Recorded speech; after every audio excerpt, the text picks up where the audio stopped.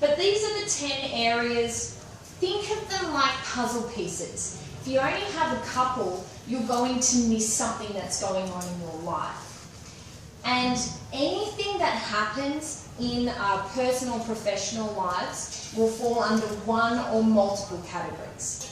So I'm going to give you a couple of tips just to think about for each one this morning so that you can really look at, where do I need to go for me? Because some you might be all over and across, all good on, but there might be others that you go, okay, I need more knowledge, support, or expertise in that area so that you can go down that road. Another thing when it comes to movement for women is I see so many ladies that make it a chore.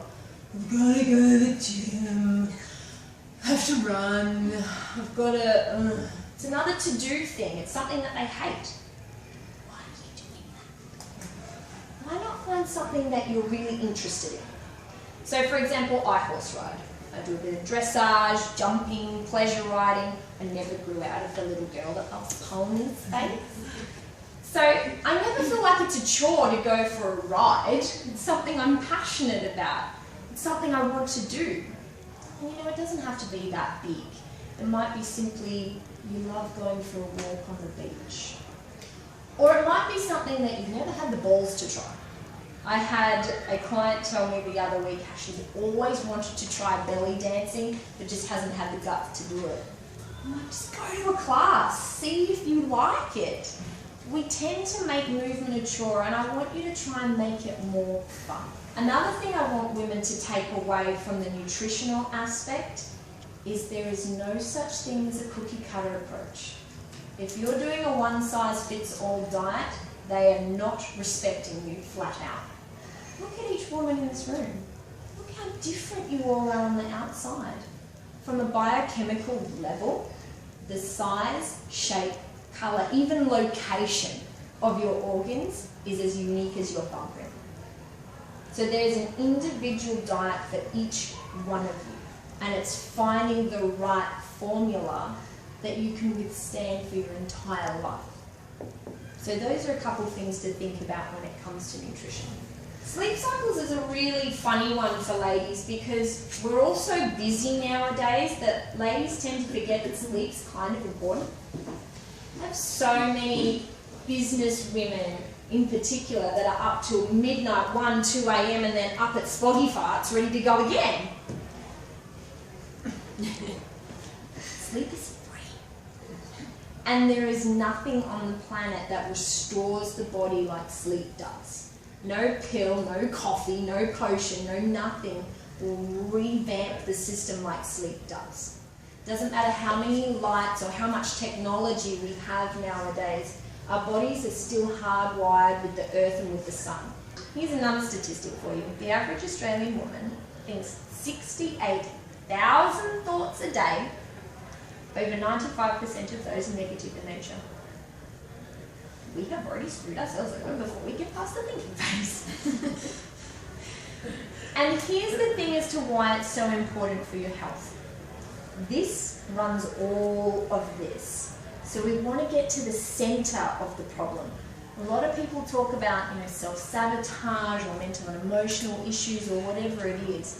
And I truly believe that the biggest bang for your buck when it comes to your health and well-being is mental and emotional work, hands down. Relationships is another really important one and that's why things like this are so important, because we as women, we're social creatures and we need each other. If you think back even to like tribal societies, women would raise the children together, they would gather together, they would work together. And that's why we really need each other. And our relationships in our life greatly impact our health and well-being on many levels. Everything from our partner, our children, our family, our friends, our work colleagues. Women really are impacted by everything that's going on in these relationships. There's also one relationship that they tend to neglect an awful lot, and that's the one with themselves. It's a 365-day-a-year relationship you cannot escape. So we want to get in there. And it's funny when it comes to women because most women tell me, that if they're looking after themselves, that they're being selfish, that nurturing themselves is wrong. And I think that society even messes with our minds like this. Well, here's an example. Have you seen that ad on TV lately where there's the guy that's like, he's sick and he flops on the couch, you know, he's dying, he's unwell. And then the woman comes in and she's sick too, but she's got the baby and the shopping and she's on the phone and she's still going. We're even hardwired by society to keep going and put ourselves last. And I'm here to tell you, you are important, ladies. You cannot give what you don't have. If you can't fully nurture yourself, you cannot nurture anybody else to your full capacity. Stresses is one that actually needs the area on its own because we tend to only associate stress with that wired, tired, oh my God feeling. But that's only one of many ways we can experience stress in our life. So any of these areas can be a stressor in your life, but there's also additional ones too. Stimulant stress, fungal stress, digestive stress, electromagnetic stress. Just goes on and on. Because nowadays our money actually represents a primal instinct of survival. Because in the modern world, money provides us with food, shelter and water, what we need to exist. So it really can cause a lot of stress and concern when we don't have the means that we need, or we have additional stresses with our work and finances. Being true to yourself is one of my favourite areas because it's about being that true, authentic you. Who are you deep within? Do you know your core values and what you stand for? Not just do you know them, but are you living them? Are you congruent with them? And here's another thing to think about when it comes to being true to yourself.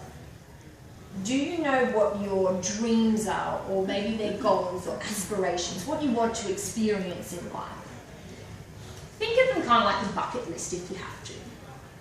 The thing is, our dreams are like our GPS coordinates. Now, most of you have a navman in the car, right? How useless is that thing without an address? Doesn't really help you at all. But as soon as you type in the address to where you want to go, a path is planned out and you know where you need to turn and who you need to talk to get there. And that's exactly like life.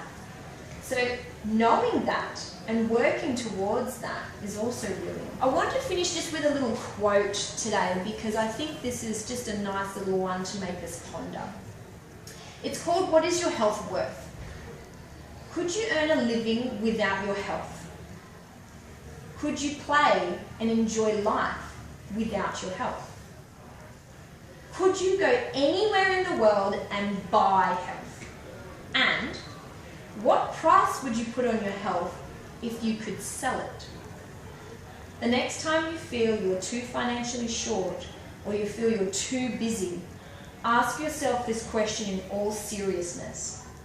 What is my health worth to me?